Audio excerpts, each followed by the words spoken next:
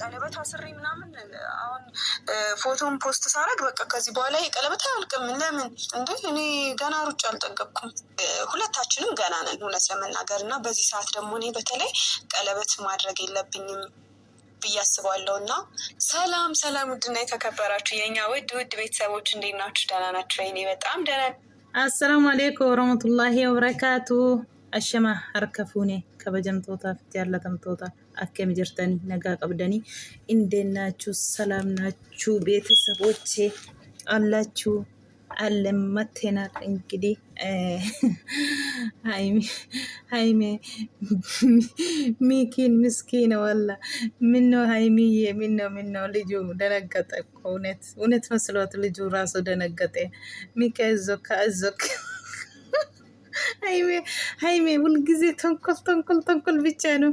አይ ቀለበት አላደርግ ምን መልሳ ሄደንተ መልሳት። እኔ ደግሞ ፈራውኝ።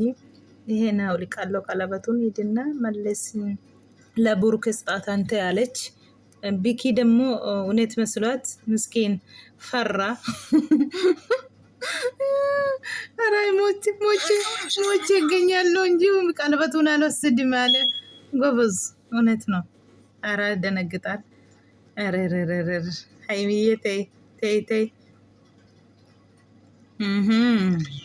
እኔ እንደዛ ነው የምረዳው ነውም ሲጀመር በቃ በዚህ ደግሞ ደስ ማይለው ሰው የለም።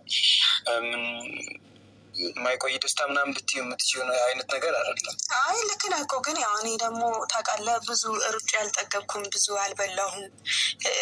ለራሴ ሆድ ራሱ ማሰብ አላቆምኩም ገና እና ብዙ ነገር ማስብበት ደረጃ ላይ አይደለሁም በዚህ ሰዓት። ለምን ብትለኝ ሁለታችንም ገና ነን እውነት ለመናገር እና በዚህ ሰዓት ደግሞ እኔ በተለይ ቀለበት ማድረግ የለብኝም ብዬ አስባለሁ። እና እኔ እሱም በጣም ነው የፈራሁት ልመልስለት ብዬ በጣም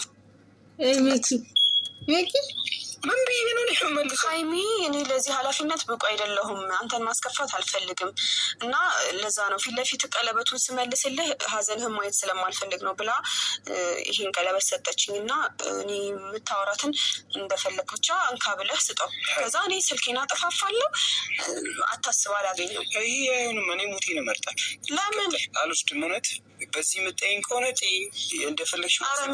አይ ምስኪን ወላሂ ዱኤን አርገማለ ቀለበቴ ስራን ፉዱ ጀቴ ኤጋ ሃይሜን ሀራ ገረብቻ ዱፈኒሩ ቡሩኬም መና አኑት አርገሜራ ሃይሜን መና ሜክሻት አርገምቴቲ ሜክሻን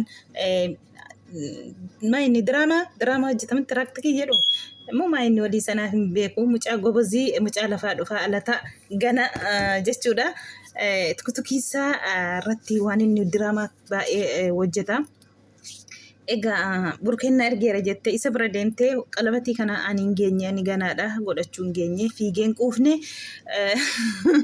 ቡሩኬቲኒ አኒት ሃሶውን ሶዳዴ እንተቴፊ ገደሳይን በርባዱ ጌሲቲ ቀለበቲ ከና ሆዱ ጀዲቲ ኢትናከኒ አቲ አኒን በርባዱ ገናዳ ቀለበቲ harkatti godhachuu hin geenye anishen jettu jechuudha. Mucaan hinna dhugaase meekiin jechuudha.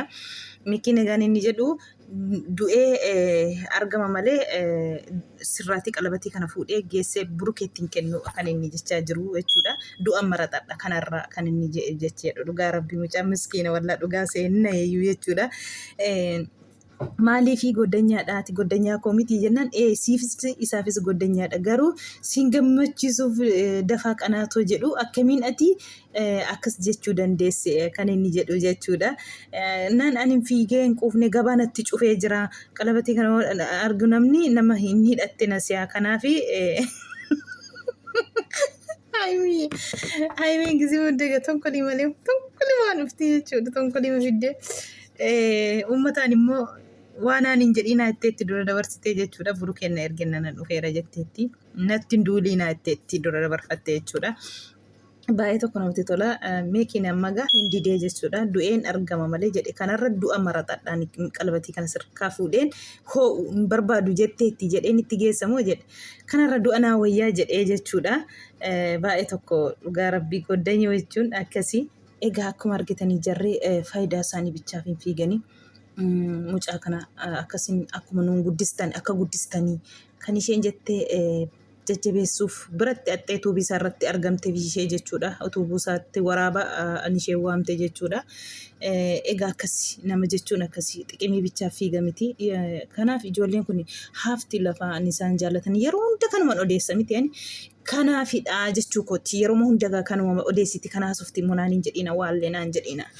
Maaliifi namni rakkata karaarraa kaasee duuba isaa harka qal'aa hiyyeessa akka maatii isaa gargaaruuf akka of jiraachisuuf gizee godhu kanarra gammachuun nama caalu hin jiru. Kanaaf immoo ijoolleen kun bakka hundattuu akka of ta'anii ijoolleen maatii ishee gargaartee ofillee gargaartu gochaa jiru irra deemanii jechuudha. Kanaafi akkuma nuun guddistanii akkuma nuun bakkaan geessistanii ijoollee mucaa kanallee bakkaan ga'a kan isheen jettu jechuudha. Nuti amma subscribe guuttachuuf saayitii guuttachuuf hoggaan nurra dabarte jechuudha. Otoo xaarru dhugaa dubbachuuf.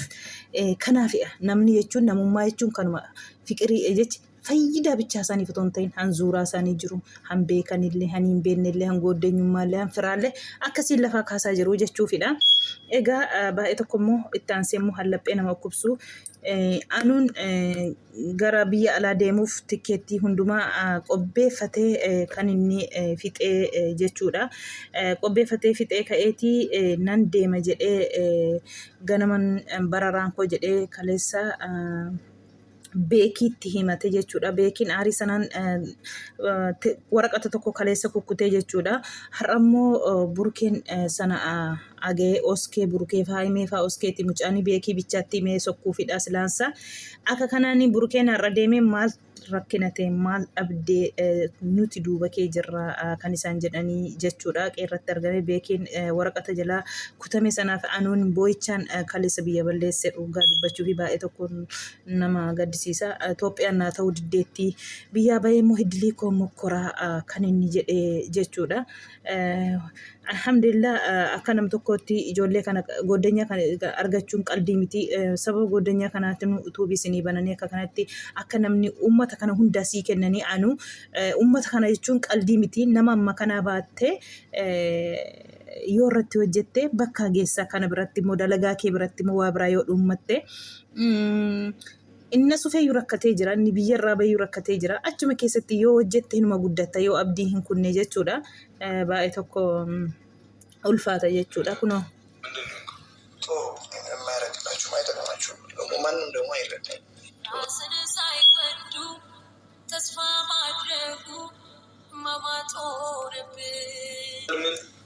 በስርዓቱ ተናግሬያለሁ። በአንተ በስንት ተረጋጋሽ ላረጋጋ እኮ ነው እየሞከርኩ ያለው። እጂ ተወኝ።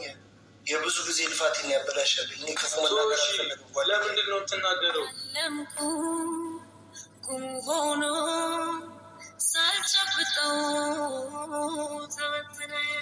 ሰላም ሰላም ሰላም። Egaa akkuma argitanii ofii isaaniiyyuu beekinii fi aanuun deebanii wallolaniiru. Beekinii tikeettii sana jalaa isaa balleessee fi aanuun aaraa jira jechuudha. Burkeen immoo jidduu isaanii taa'ee maali nuti suuraa kee jirra maal nutti himne nu gaafattu nutti himtu nu mari'attu akka kanattidha. Naannanii maaf walitti wal bira jiraree gizee rakkina waan rakkinni tokko si mudatee jiraates nuti jirra maaliif nutti himamu kan inni jedhe burkeen jechuudha. Beekiin ijumaa sin argu jechaa jira anuun beekiitiin jechuudha. Beekiin wanta waraqata sana jalaa tattarsaasefidha. Baay'ee tokko nama gaddisiisa. Waan hundaayyuu obsaniitti bakka tokko ga'u. Alhamdulillah hiriyaa gaarii goddenyoo guuta gaarii rabbiin sii kenne anu obsa godhadhu homaa miti inshaallah. Hindarba guyyaan kuni wallahi እንደዛ ካሰብክ ምንም አይነት እንደዚህ አይነት ውሳኔ እንዳትወስድ። እናንተ የምትረዱኝ ነገር አይደለም። ቦቡ መሄድ አለብኝ። እኔ ገብቶሃል። እዚህ መቆየት አልችልም። እኔ ምን ማለት ነው? እዚህ አይሆንም። ምን አታጅ እኔ የጎደለብህ ነገር አለ?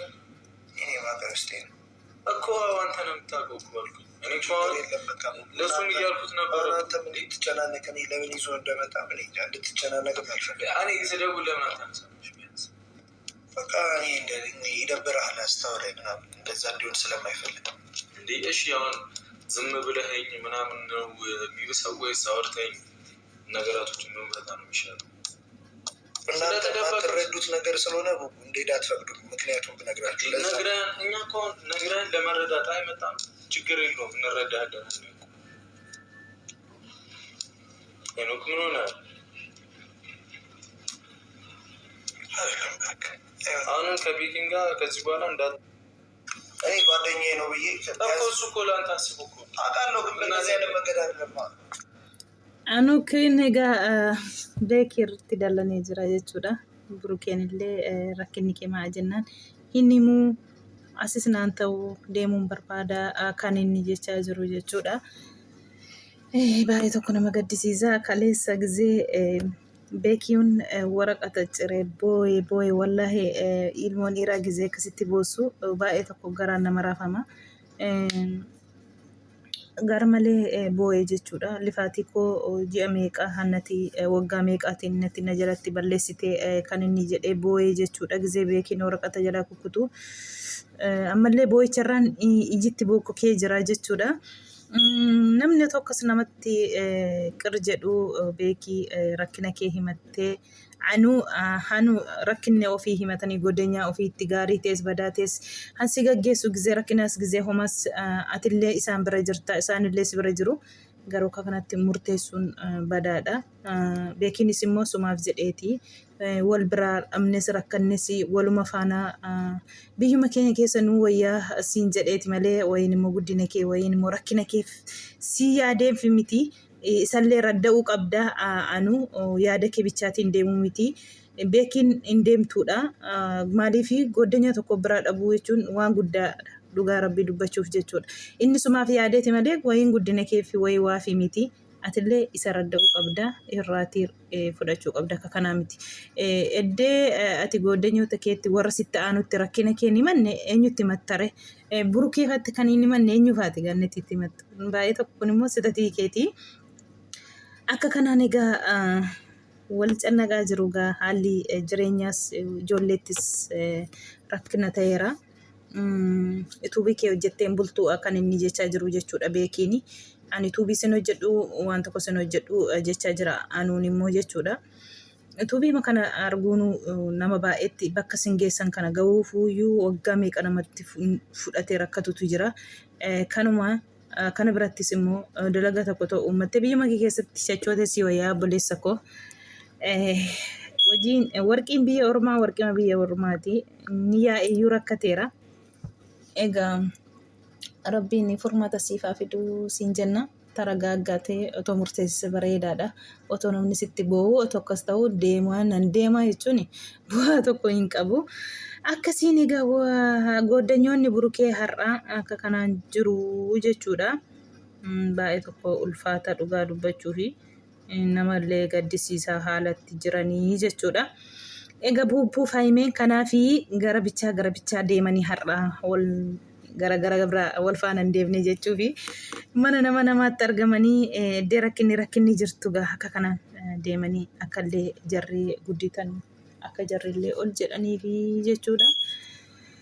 Kan akkasiiti viidiyoon koo kana fakkaata siniin jedha. Laayik sheer naa godha. Laayikii nan irraanfatina yoo viidiyoon sin bira geessu akka laayikiitiin na biraan hafne siniin jedha. Walaa guddisnu na guddisa siniin jedha obboloota koo. ላይክ ያደርጉ ቤተሰቦቼ ወዳለው እውነት ያደረጋችሁ ነው። አመሰግናለሁ በልቤ እውነት ብዙ ሰዎች ያረጋችሁ ነው አይቻለሁ። አሁንም አበረታቱ ላለው እንግዲህ መልካም ሰዎች አላችሁ። ጥሩ ልብ አላችሁ ሰዎች አላችሁ እውነት። ስለዚህ ላይክ ሰብስክራይብ አድርጉ። አሁንም አበረታቱኝ ይላሉ። ከወርስኒት ቶልቴ ጋር ቪዲዮ ነው ሲብረጌሱ ላይክትን ኑ ብራሂን ደርቢና ላይክ ነው ጎዳኑ ጀጀቤሳ አኩማ ነማ ጉደኑ ኑትሌ ወላ ጉድስኑ ስኒን ጀዳ ኦቦሎታኮ ቪዲዮን ኤጋ ሀራጋ ጀር ኬኝ ገራ ብራት ዱፈኒ miskiina sababa goddanyoota soonii sanaaf sababa goddanyootaafi jechuudha. Goddanyoonni egaa akka kanaan wal oskanii biyyarraan ba'a. Goddanyaa oskanii biyyarraan ba'a jechuun baay'ee tokko jabaata. Dhugaa dubbachuu wallaahi anuu kaleessa argee nan boo'ee jechuudha numtuyyuu jechuudha. Ilmoon dhiiraa gisee kakanaaf himmaan darbatee buusoo of keessaatii rakkateeti malee jaallatee miti. Ilmi namaas immoo jaallatee biyyarraa ba'uun barbaadu. Dalagaan Finfinnee keessas akkuma beektanii badaa hin jirtu. Kanaaf namni abdiitillee kutaa amma namni baay'atee irra caalaan namni Finfinnee kana keessa baay'atee jira wanta ta'eef dalagaan hin argamtu akka qaldiitti. Kanaaf abdii kutee biyyarraan ba'a kan inni jedhee jechuudha. Akkanaan gisee tikkeettiin jalaa cicciramu hin boo'ee jechuudha. Beekiin illee ija keessi hin argu waliin arginu niifati jedheeti. Miskiina wallaahi baay'ee tokko nama gaddisiisa.